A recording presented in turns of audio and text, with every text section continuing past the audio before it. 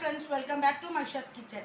இன்னைக்கு நம்மளோட கிச்சன்ல ஒரு ஹெல்த்தியான பிரேக்ஃபாஸ்ட் தாங்க பார்க்க போறோம். மில்லட் தோசை. வாங்க எப்படி செய்யலாம்னு பார்க்கலாம். நான் மில்லட் தோசை செய்யிறதுக்காக 2 கப் தினை அரிசி எடுத்து வச்சிருக்கேங்க. இதோட சேர்ந்து அரை டம்ளர் உளுந்து சேர்த்துக்கலாங்க. ஸ்பூன் அளவுக்கு வெந்தயம் சேர்த்துக்கலாம். நல்லா 2 டைம்ஸ் வாஷ் பண்ணி நம்ம நல்ல தண்ணி ஊற்றி ஊற வச்சுக்கலாம். 2 hours ஊற வச்சு எடுத்துக்கலாங்க. இப்போ தினை அரிசி ஊற வச்சு இப்போ 2-3 hours ஆயிடுச்சுங்க. நல்லா ஊறிடுச்சு. நல்லா உளுந்து எல்லாமே நல்லா சேர்ந்து உளுந்து. இப்போ நம்ம அதை அரைக்க போகிறோம். அரைக்கிறதுக்கு 10 மினிட்ஸ்க்கு முன்னாடி நான் இப்போ என்ன பண்ணிக்கோ, ஒரு 1/4 கப்பு ப்ரௌன் அவில் எடுத்து நான் ஊற வச்சுருக்கேங்க. அது இதோட சேர்த்து மிக்ஸ் பண்ணி அரைச்சிக்கலாம். எதுக்காக நம்ம இது வந்து ஆப்ஷனல் தான். அவில் வந்து நல்ல மொறுன்னு கிடைக்கும் தோசை, அதுக்காக தான் இது சேர்த்துருக்கேன். இது உங்கள் கையில் இருந்தால் சேருங்க. ப்ரௌன் தான் சேர்க்கணும்னு அவசியம் இல்லை. வெள்ளை அவில் இருந்தாலும் சேர்த்துக்கலாங்க. இது எல்லாத்தையும் சேர்த்து நம்ம அரைச்சி எடுத்துகிட்டு வந்துடலாங்க. நம்மளை மாவை அரைச்சி எடுத்து வந்தாச்சு. இதில் நமக்கு தேவையான அளவுக்கு சால்ட்டு சேர்த்து நல்லா கலந்து விட்டு எடுத்து வச்சுக்கலாங்க.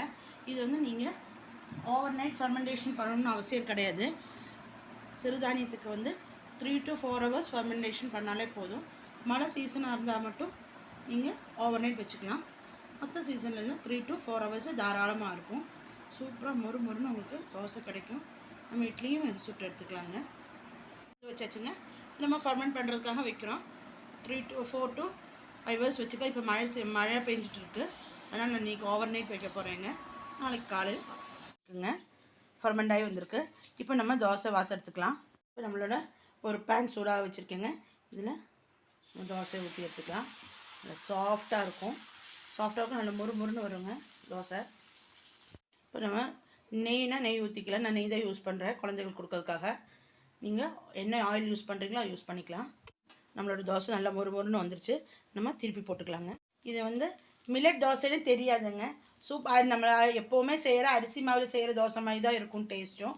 குழந்தைகளுக்கெல்லாம் மில்லட்டில் இந்த மாதிரி சேர்த்துனிங்கன்னா வாரத்துக்கு 2 days சேர்த்துனா ரொம்ப ஹெல்த்தியாகவும் இருக்கும். ஒரு பிளேட்டுக்கு ட்ரான்ஸ்ஃபர் பண்ணிடலாம். எவ்வளோ பாருங்கள், நல்லா ரோஸ்ட் மாதிரி சூப்பராக இருக்குது. இப்போ நம்மளோட மில்லட் தோசை ரெடி ஆகிடுச்சுங்க.